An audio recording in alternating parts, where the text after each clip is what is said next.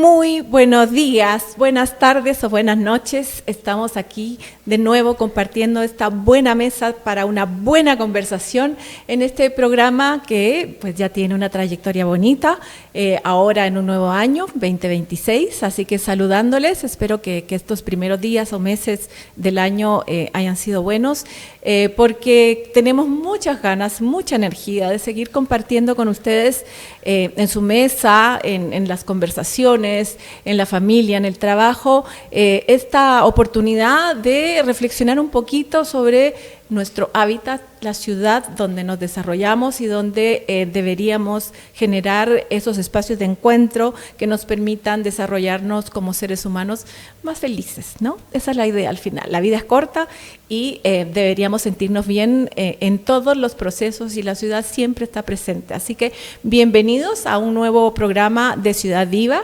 Como ya es costumbre, aquí compartimos una conversación relajada entre amigos y para mí es un gusto y un honor poder traer y presentarles a ustedes personas diversas de profesiones, de oficios, de experiencias personales particulares, pero siempre relacionadas en lo que tiene que ver la experiencia de vivir en una ciudad.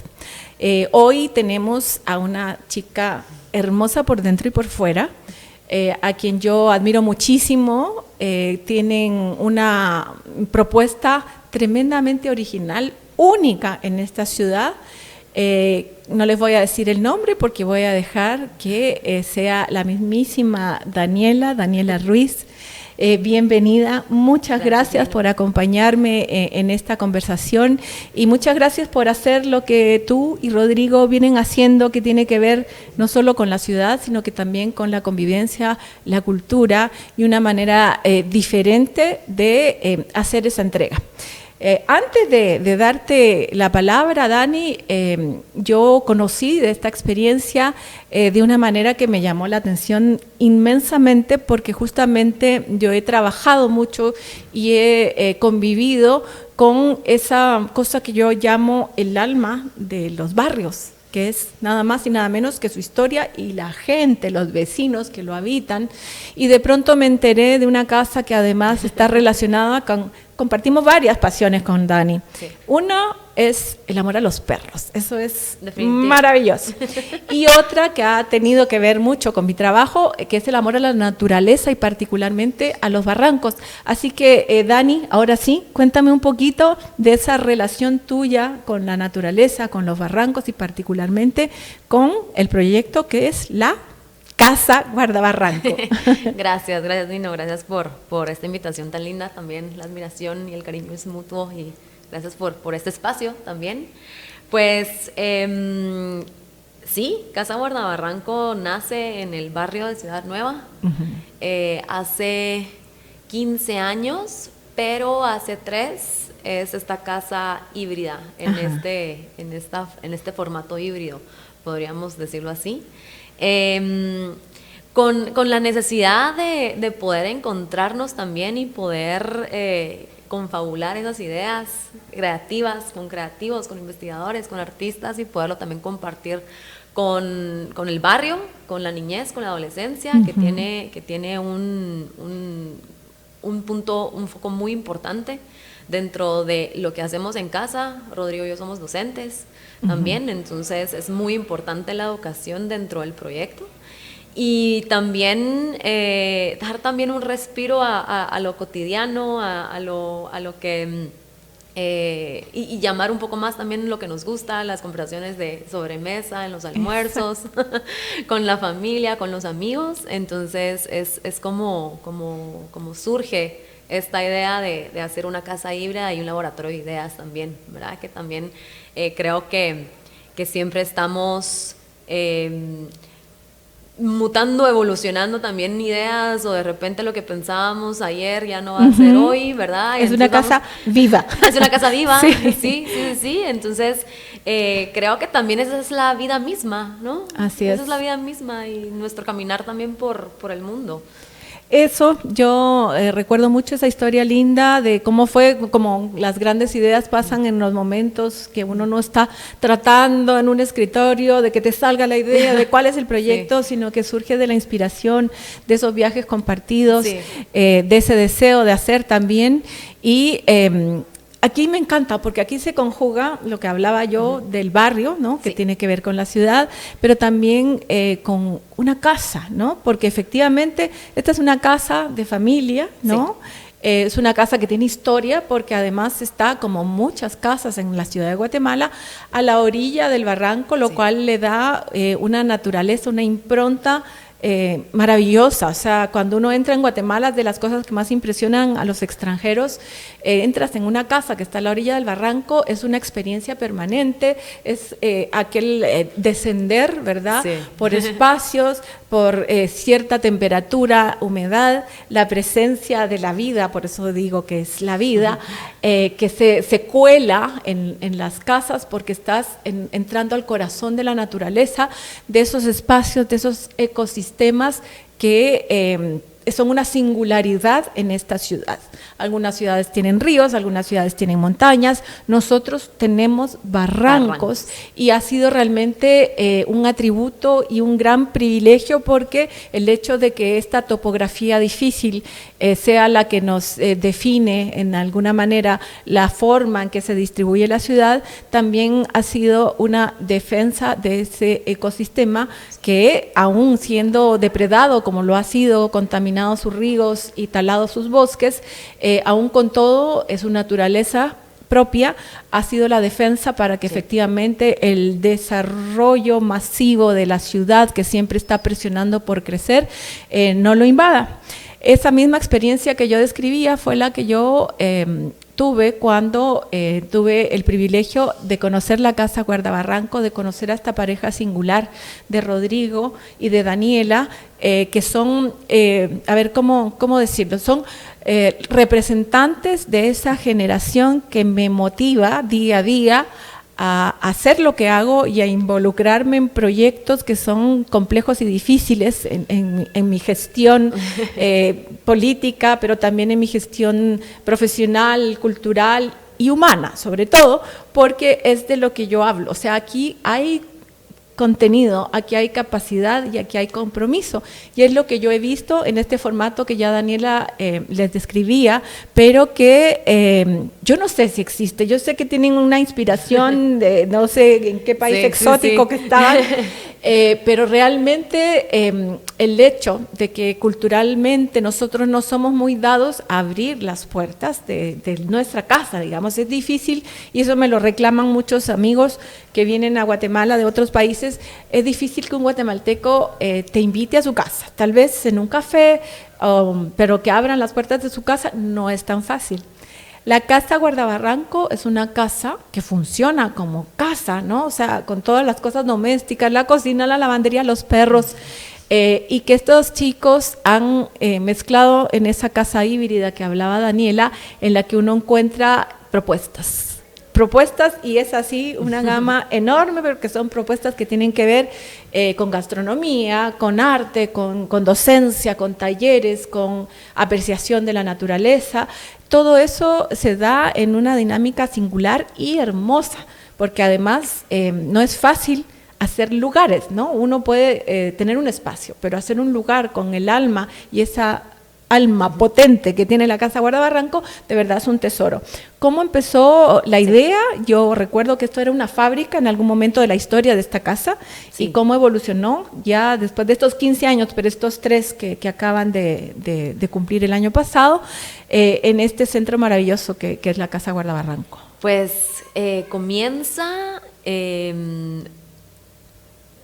mis suegros vienen del exilio, uh-huh, y ubican esta casa en la zona 2, y era teniendo la casa de familia de la familia anterior, un jardincito que divide, y luego está esta fábrica, era una fábrica de ropa. Ajá. Entonces, bueno, cuando deciden habitarla, ¿verdad? Y tal, Fue la biblioteca primero de mi suegro y luego fue ya el ensayadero. Mi esposo tenía una banda que se llamaba Artesano de reggae y él tocaba batería.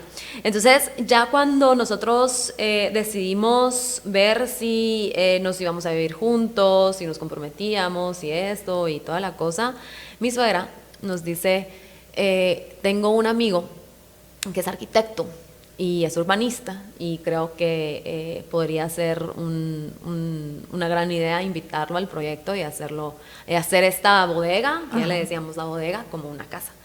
Entonces, bueno, llega Álvaro Vélez y empezamos 6 meses de construcción y de locura. Y de locura, ajá, y de tener clases básicas de arquitectura como tal, ¿verdad? Entonces nos sumergimos los 3 por completo.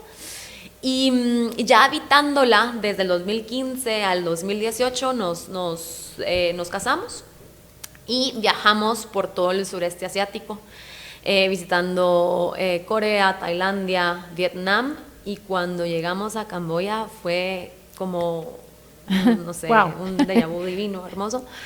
Pero nosotros siempre también buscando qué hacer en las ciudades, cómo vive la gente, cómo es la cotidianidad también, qué hacen, cuál es como la cultura por debajo de también como todo esto turístico que puede llegar a ser.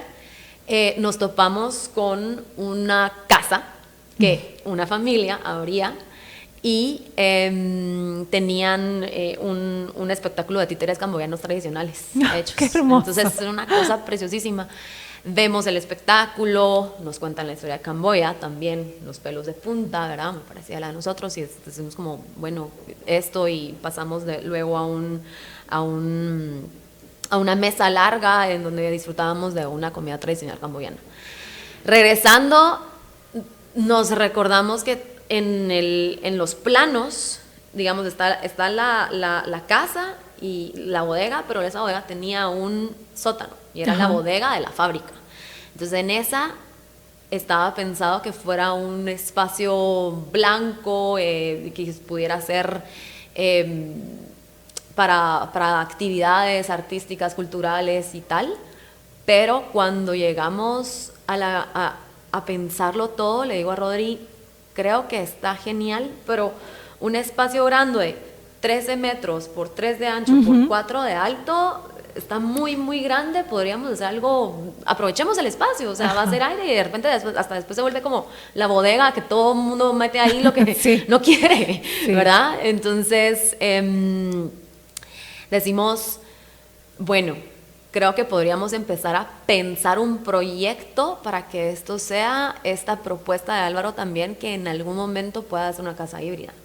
Entonces, bueno, luego nos cae la pandemia. Nosotros somos docentes. Rodrigo es docente universitario. Mi profesión es ser maestra en la primera infancia. Me especialicé en primera infancia y bueno, teníamos estos horarios pues de trabajos, ¿verdad? De que llegamos a la casa a las 3 y si yo daba clases en la universidad llegaba hasta las 9 también, o sea, entonces difícil. La dinámica urbana, la dinámica, ajá, entonces tampoco era como algo que podríamos o no lo pensábamos en ese momento en la cotidianidad cómo podría funcionar. Bueno, llega la pandemia y entonces ya nos tenemos todos que encerrar, ¿verdad? Y es pausa. Ajá, sí. Ajá. Así de, ¿qué va a pasar, verdad? Y con todo esto, muchos amigos artistas tenían sus espacios, sus estudios, no pudieron volver a entrar en un buen tiempo y en lo que se organizaba todo esto y nos dice unos amigos, miren, ¿les parece, si están en vías y pensando en esto y con esta inspiración, si podríamos usar ese espacio para poder seguir nuestros proyectos y esto? Y les decimos, sí, claro que sí, o sea, no pasa nada, ¿verdad? Si está igual ahí el espacio y nosotros, pues entrábamos al Zoom de las clases y tal, pero estábamos en casa, ¿verdad? Claro. Y también siento y lo hablamos con Rodri, que la casa también lo venía pidiendo. Siempre la casa como que nos Qué va lindo susurrando. ser sensible a lo que la arquitectura o el espacio te dice, que es también proyectable a la ciudad, ¿no? Totalmente, y son esas fases que habíamos puesto también. O sea, la casa llevará 3 fases, que ahorita estamos en la segunda, todavía no hemos construido la tercera, pero iba todo como cayendo y sintiéndose bien también, ¿verdad? O sea, creo que también hay que escuchar mucho su intuición para saber qué, cómo y cómo formularlo, pero la cabecita y la vocecita siempre está ahí, ¿verdad? Entonces, ya entrando a eso, empezamos a ver que nuestra cotidianidad de esa forma no se interrumpía. Salimos de la pandemia y tampoco se seguía interrumpiendo. Ya era algo que lo habíamos adaptado y que se sentía bien tanto en nuestros cuerpos como en nuestros espacios. Entonces dijimos, ok, bueno, creo que podríamos empezar a abrirla un poco más y a estructurar también ya un programa, ver, ¿verdad? También ese espacio que estaba, dijimos, hay que hacer entonces una residencia, porque para que se puedan también quedar los artistas y poder hacer de esta residencia, pues, proyectos sumamente interesantes en donde nosotros priorizamos mucho el proceso creativo e investigativo más que el producto final. El producto final es genial, pero muchas veces podemos pensar, de pronto teníamos una idea y ya no va a ser esa idea, porque ya no como que cuaja en todo ese proceso que hemos llevado de la obra, de eso y todo, y tal vez va a ser un ensayo al final de cuentas.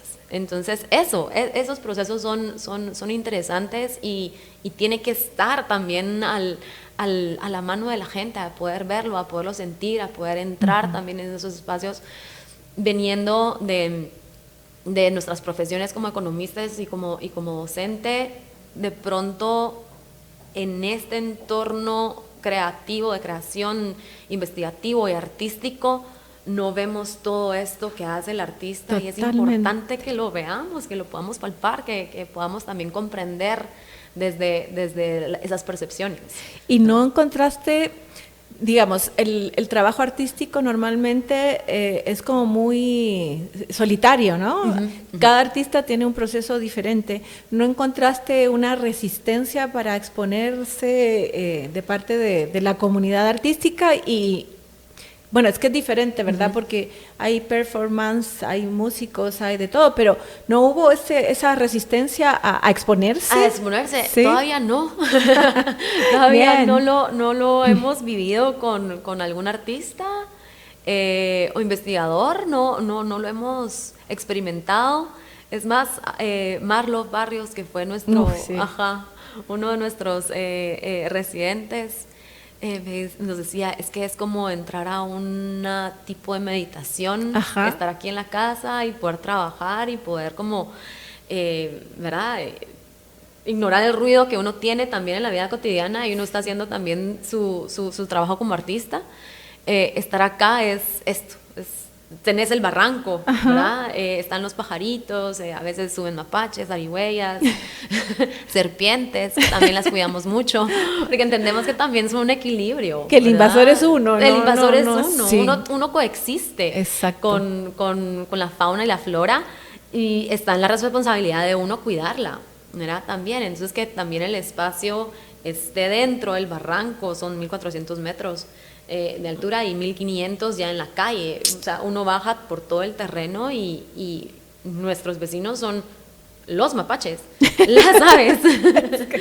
No son nuestros vecinos de arriba, ¿verdad? O sea, de la calle, no son ellos. Entonces, que igual también cuidamos mucho la convivencia, porque también, ¿verdad? O sea, si llegan a la casa, nosotros les mandamos un mensaje: por favor, no tapen los portones de los vecinos, que seamos respetuosos. También estamos en una colonia residencial. Claro. Pues eso es maravilloso, ¿no? Porque realmente, lo hemos hablado también aquí, el vivir en comunidad requiere de cierta regulación, de ciertas normas para poder no generar daños a la comunidad, a quienes te sirven. Yo siento que hay barrios que tienen como una impronta muy particular. En general, la zona 2 tiene mucho de eso y tiene tal vez, es uno de los barrios que más se siente la presencia de los barrancos, de esa naturaleza.